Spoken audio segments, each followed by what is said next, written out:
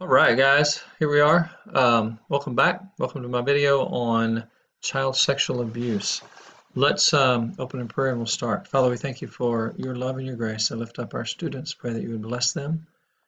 Pray that this class would be, they would be successful in this class and that we would all learn and grow together. In Jesus' name we pray. Amen. Okay, here we are again with heavy stuff. And again, another reminder, if this is just killing you, turn it off, take a break, come back to it, go get help, process with a friend, whatever it is you need to do. Um, so I'm not really going to pull any punches, so to speak. I'm just going to go for it. So y'all just bear with me. All right. So when we talk about trying to well, we're going to talk later about defining it. One of the aspects, one of the things that's interesting about child sexual abuse, and the textbook uses the CSA, uses abbreviations, and I may flip-flop back and forth. So try to get in your head CSA is child sexual abuse. You might see that on the test and go, oh no, what's CSA? So you might want to know what CSA is. Um, we've talked about suicide, homicide. We've talked about sexual abuse, rape type, more sexual predator type sexual problems. Now we're talking about child sexual abuse. Probably we would have, years ago, we would have just said molestation, right? So child molestation. So if that helps you contextualize this at all. So we're talking about sexual crimes, sexual offenses against children. They are, we also have talked about how that different types of sexual offenses go unreported largely. This is probably even more so than we've discussed previously as far as unreported. This is probably the most, if not one of the most, if not the most, unreported crimes. And if you think about it, and sometimes you're like, well, why? And it's not anything just super weird, far out, crazy. It's, if you think about it, we're talking about children that don't have the cognitive maturity and development and emotional maturity and strength to report. So they are sworn to secrecy, forced to, threatened to secrecy, and they comply. Obviously, there's a myriad of consequences that just are extremely deep and wide in their impact. Some people experience physical problems for the rest of their life, psychological problems. Their thought processes become disturbed and off, if you will. Behaviors, problematic behaviors, emotion, difficulty controlling emotions, sadness, anger, anxiety, those kinds of things. We'll talk more in detail about that later. It's interesting to look at the different statistics. So somewhere between 83,000 and 180,500 annual cases of child sexual abuse, but most people say that those are underestimated. If it really is one of the most unreported crimes, then we really have no idea. So 250,000, 500,000, and annually, I would go with either one of those and say, yeah, probably so. It is way more prevalent than any of us would like to admit. About a third of the cases involve family members. 2/3 of the cases are extrafamilial, and these are people that the children know usually. I want you to think for a minute about one of the reasons this is so damaging is because children are, I think, innately trust their family. Innately are expected to be able to trust them. If you have a family and you have family friends over for dinner, or friends come over and play games or watch a movie or whatever, right? Cook out, hang out, whatever. There is this sense of and you would hope that these are safe people, right? That I should be able to trust this person. So it's really it's a real trust. It's a real impact on a person's ability to trust people in general, because these are people you're supposed to be able to trust, and they are the ones that betrayed you. And the closer that is, in other words, all the way down to mom and dad, or brother and sister, the more damaging that is to trust, because these are the people, again, that we are supposed to trust. Just because someone wears the title mom or dad does not mean they're trustworthy, righteous, clean, pure, holy, good, any of that, right? They could be a horrific person, and it's really difficult for people to wrap their brain around and emotions around. Um, Preventions is interesting. I'm sitting here from a Christian perspective going, well, slow down textbook. It's all about the breakdown of the family. This is really about, God created the family for multiple purposes. One is to teach social skills and to teach and train and develop. And I think of the arrows, and the Bible talks about a quiver of arrows, and blessed is the family with lots of arrows in your quiver, right? Children, metaphorical of children. We mom and dad, we help straighten the arrow, we help sharpen the tip, we help we in tandem with God, we uh, create this arrow, and we the feathers and balance, and then they grow old and leave, and that's the shooting of the arrow. It's a beautiful analogy, beautiful biblical analogy. There's also a huge part of what the family does is provides protection. When there is a stable family, there is a much greater level of protection. There are statistics out the wazoo about how few children of intact families with good relationships with the parents, and particularly, sorry, ladies, and especially if you're a feminist, particularly children who have a good relationship with their father tend to be molested and abused sexually or raped, any kind of sexual crime against them, less than those who don't. Now, this is not about guilt or shame. If I'm not here to bring guilt or shame or judgment on anybody, I'm talking about statistical fact.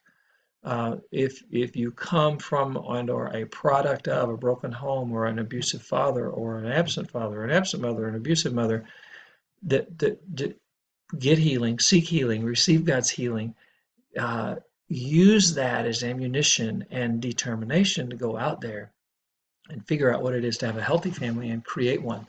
We're all sinners, we're all a mess, but there are different levels of you can have a relatively healthy family. I really believe that. Um, Certainly, it's helpful to talk. The schools have programs. I remember the cute little thing. I'm going to do this, and I'm going to be sorry that I did it. So y'all just go ahead and get ready to laugh at me. But the girls came home with this thing, and they would draw this square right across the front of their body, and they would say, "Don't touch me there. That's my no-no square." I'm like, "Oh my gosh, you've got to be kidding!" It's like, but it's really, and the girls are just like, "Oh my gosh, you've got to be kidding!" Even the kids are just rolling their eyes at this. But there are attempts in programs in the schools, and uh, YMCA and after school program, whatever, right? There are attempts to teach kids boundaries. Now, again, whose job is it to teach a kid a boundary? Anybody, right? Anybody want to guess? Family, right? Families teach children boundaries. Some families don't teach children boundaries. In fact, some families teach children not to have boundaries. Uh, well, I could talk about that for an hour, just that, but I won't do it. Moving right along. Okay, best prevention, intact family. Loving Christian intact family is what we're talking about here. Let's see, let me make sure I did not jump or skip anything. All right, good. Um, so we're talking about the prevalence of child sexual abuse. We're talking about 1 in 3 females, 1 in 6 males. I almost wrote down that the males are catching up with the females, but that sounded like we were in a competition, and it was like a good thing that the males were increasing, but it's not, but they are. It has been proposed that eventually we will see an equal number of males and females being molested as children, CSA, victims of child sexual abuse. Mean age of onset is 7 to 12, although 12 to 15 is also a pretty heavy age for it to start as well. The textbook talks about that. You can read more details on that. Doesn't seem to be much difference based on race. There does, in contrast to gender, which we just covered. And then let's see, disabilities. Children with disabilities are at greater risk than those without. Okay, now I want to do a real quick teaching moment that's real broad, and this is a broad stroke general concept. This has to do with, which is what I would call critical thinking skills, okay? So I want you to be wise consumers, and when you hear stuff, I want you to think about it. I almost wrote, children with disabilities are at greater risk, period. Greater risk than what is would be the great question to answer, right? So I'm at the store the other day and I'm buying Mucinex. And I look on the box and it says, in fact, it's there right now. If you go, next time you go to the store, look at the Mucinex boxes. It says something like, uh, now twice as many. Twice as many as what? Like they're trying to tell you you're getting twice as much for the same price, right? People read that and go, oh, look, I'm getting twice as many.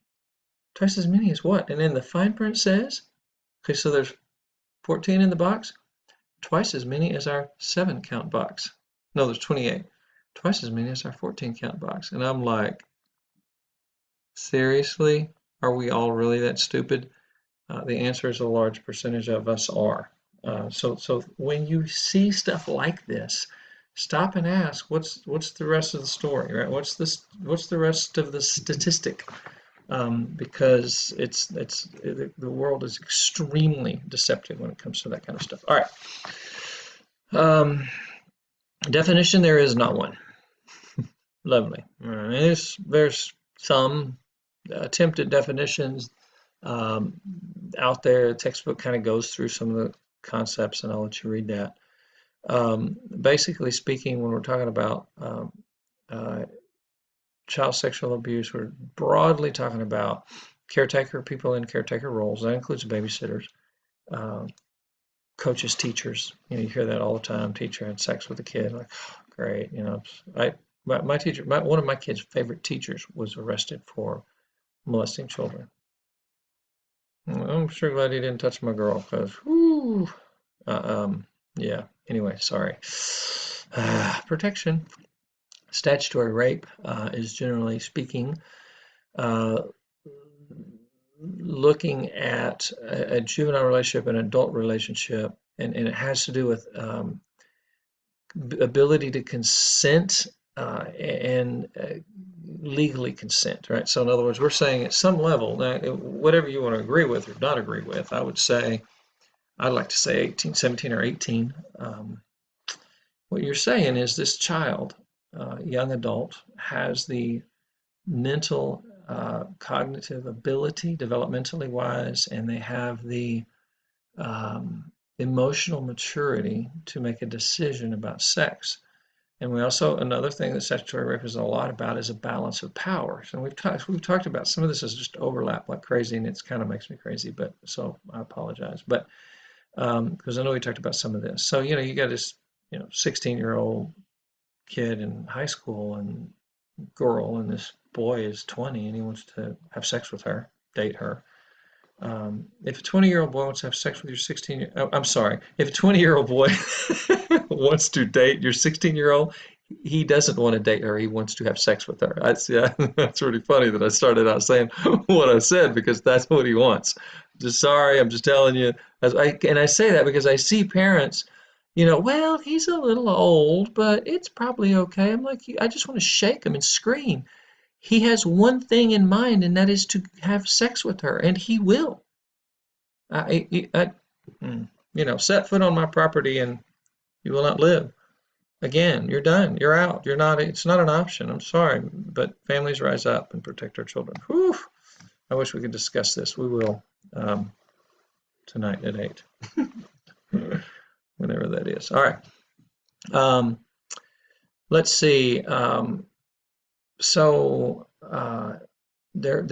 seems to be some cycles that are relatively identifiable when it comes to CSA. A perpetrator identifies an easy target, and yes, an easy target, and the textbook says an easy target, and it is has to do with insecurities, shyness, susceptibility. They can just see it. It's really kind of like sick and twisted. Then there's this grooming process, gift giving, and spending time with. If you have children and grandpa gives one of the children a gift, you say something. It's not appropriate ever. I don't care what the situation is. He's either being a really butt and cruel and mean to the other kids and choosing, like, doing this massive statement of favoritism, or he's grooming them. I say grandpa or uncle or whatever it might be, right? So just be very careful about those kinds of things. And there will be a slow and gradual. And listen, some of these guys will take years. They're extremely patient. Progress from non-sexual contact to sexual contact very gradually, very, very, very slowly. So they are breaking the kids' defense mechanisms down, and then they will reinforce gifts, punishment, anger, yell at them, threaten them. And certainly we're talking about a generational curse, and even secularly we see these patterns. It doesn't mean that if a person was sexually abused, they will sexually abuse their children, but there does seem to be this passed down thing going on. I've had people, clients, sitting there. I was raped when I was 16. My daughter was raped when she was 16, almost to the day, like within like a month and 3 days after my birthday. Bam. Like, whoa. I mean, it's just mind-boggling. I got pregnant as an 18-year-old or 16, 17-year-old, and my child got pregnant as a 16, 17, 18-year-old. It's amazing. It's crazy. Sexual abuse, seeing that with sexual abuse as well. There's a huge long list of signs and symptoms here. You guys can read. These are in the textbook. I'm trying to see if there's any. I do want to, generally speaking, there'll be an externalizing and an internalizing, and different children will do different things with that, as far as whether they are acting out and angry and rageful and doing stuff, or if they're become quiet and withdrawn. So categorically speaking, children will fall into one of those two categories oftentimes. And one of the things I tell people is when they look at the symptoms, like, oh, my child's done that, or my child's done that, or okay, well, let's just, that we're talking about multiple of these things happening. We're talking about sudden changes, and oftentimes sudden and drastic changes, right? So, your 5-year-old wets the bed, probably not the end of the world. Your 5-year-old starts wetting the bed and waking up pooping in the bed, like, frequently, might be something going on, right? So you're looking at severity of whatever it is they're doing and frequency. Stuff happens. I think the textbook says in-depth sexual play, and I said deep sex play with peers. In other words, kids, you show me yours, I'll show you mine. Kind of sex games, playing doctor, little kind of. I mean, it's hard to say what's normal and what's not, right? It's hard to say, and obviously you'd want to discourage all of that kind of stuff with kids, but it is very normal for kids to do those kinds of things. So, but when it's getting pretty in depth and you're looking at some of the things that they're doing, it's like, that's problematic. I've seen very small children suicidal, 5, 6, 7 years old, really sad, really sick. So yeah, kids can become suicidal. School performance changes quickly. Extreme fear of particular gender, that's out of the normal. Suicidal ideation is just a fancy word for thoughts, suicidal thoughts, in other words. Any kind of complaints about hurting, genital, anal, itching, pain, bleeding, blood or discharge in their undergarments. And parents should see this stuff. Parents should know this stuff. You would pick up on that, hopefully. Psychosomatic illness. I have a headache, a stomach ache, but I have nothing wrong with me. Go to the doctor and everything's fine. Pregnancy, STDs, STIs, they say now. Sexual appearance, appearing sexual, dressing sexual, more so than their peers. Sleep disturbances, nightmares, night terrors, self-esteem, self-worth issues, depression, anxiety, guilt, shame, flashbacks, and nightmares. And these are good. These are good because when you're evaluating, because people will come to you as a pastor or a counselor or a friend because they know you've been to college and say, "Hey, what? Well, you refer back to your textbook and say, all right, let's look at some of these symptoms and signs and see what we think." All right, intervention. When we talk about intervening, we're talking about intervening in a crisis. We're talking about the counseling process, pastors, counselors, the whole 9 yards. So you want to know what kind of processes are expected in your area. What is it like? What types of institutions and people are involved? Understand the facilities, know the laws, the professionals, law enforcement, yield to law enforcement. Counselors, good, well-meaning counselors can interfere with law enforcement. You know, the kids are like, oh, but I don't want to talk to that cop. Yeah, you shouldn't talk to that cop. Cops are mean. That's terrible, man. That cop's asking you all these sensitive questions right now, and here you are struggling. Whoa, slow down. This person's going to molest. Some of these people have 100 and 200 victims going at the same time. Like, this needs to stop. Yeah, it's going to be painful for this kid, but you're going to support them through it, and you're going to explain to them, look, here's the process, and yeah, you're going to be asked some hard questions, but you can do it, and I'll be there with you and encouraging you, and it's okay, right? So you cooperate with the law enforcement.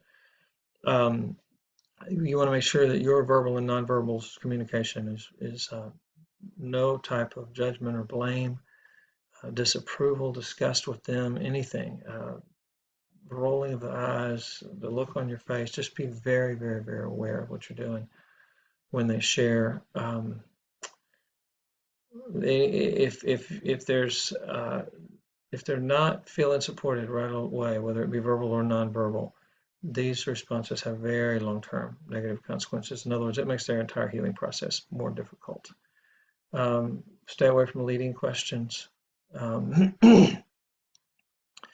hope y'all understand leading questions. We can talk about that more later. Let the child know what to expect. You know, there's this, the textbook kind of goes through this deal. You know, I've got this friend, her name's Susan, and she takes these kind of things real seriously, and I'm going to need you to tell her the story, and I'm going to tell her the story, and she's going to investigate and look at, you know, I mean, you just let them know, like, here's, you know, well, they're too small to understand. Well, at some level maybe, but they need to kind of understand what to expect and what's going to happen.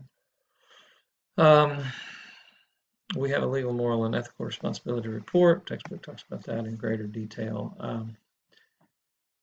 Treatment. It appears that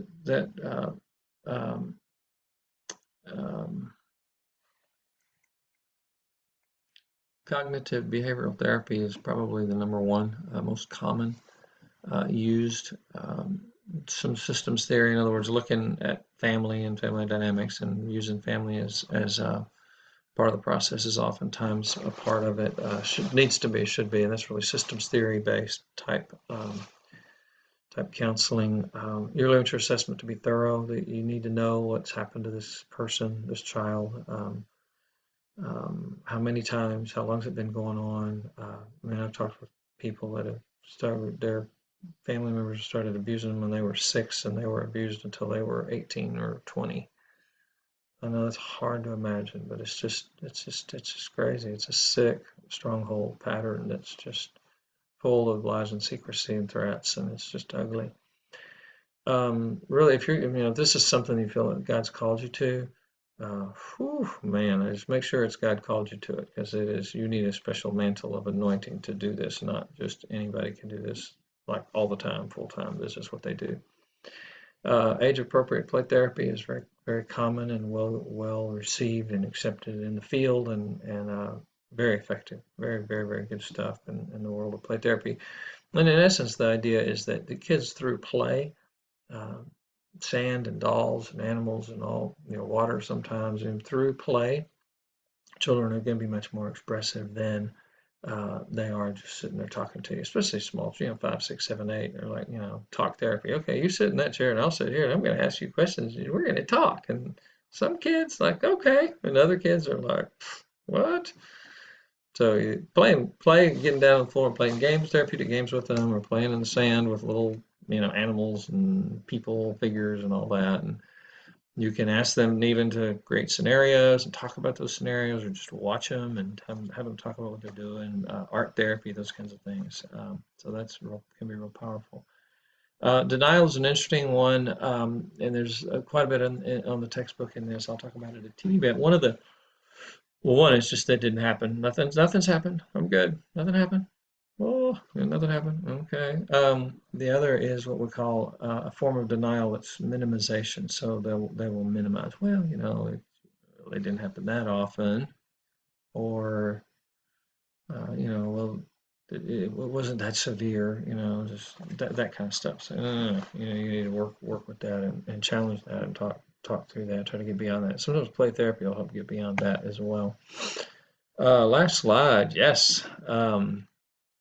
The perpetrators need help as well. This has been a touchy and painful subject for people. People just want to cut their penis off and lock them up for the rest of their life, and it just really doesn't work that way. Even when they do talk about castration, it is not cutting the penis off, it's cutting the testicles out and or chemically castrating. And that has happened a handful of times in the history of America, but it doesn't happen very often because it's a pretty basic human right kind of thing we're talking about. There is a much higher prevalence in males than there is in females.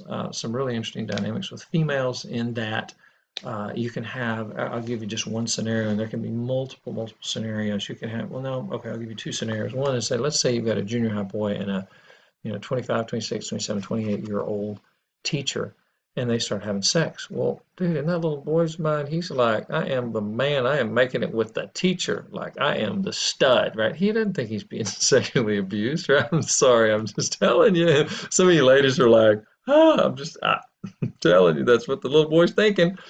You can another one scenario that's real common is you have a female babysitter babysitting the kids, and she begins to play with the little boys and stimulate them. Literally, can even go to the point of having intercourse with them. And either the child is so young that they're like, they have no idea that, it's great, feels good. She's nice, takes good care of me. We're good, or they're old enough to, again, they're kind of going, yeah, this is great. I'm making it with my babysitter. That's cool. So there's some real weird kind of social things going on there when it comes to female perpetrators. And those are just two scenarios out of millions. I get it, but that's something I wanted to highlight. Most people who have abused children are going to end up in sex offender treatment. There are, we've talked about this as well. You're going to be in jail for starters most of the time. When you do get out, it's a rough life. Being a sex offender is a rough life. There's a lot of places you can't go. There's a lot of things you can't do. It reminds me of the Bible times having to yell unclean, unclean, unclean when you had leprosy. I mean, it's a really ugly deal. And their sex offender treatment is usually group driven largely with some individual mixed in, and it's required by law. Usually they're judge mandated, like, okay, we're going to release you on parole, but if we hear bad from your sex offender treatment therapist, then you're going back in. It's real simple. So the sex offender treatment providers have a lot of power in these people's lives as well. And there's a whole bunch more on this in the textbook that you guys can read. And goodbye, God bless, love you all, and I will see you all next time. Thank you for listening to my video, and have a good one.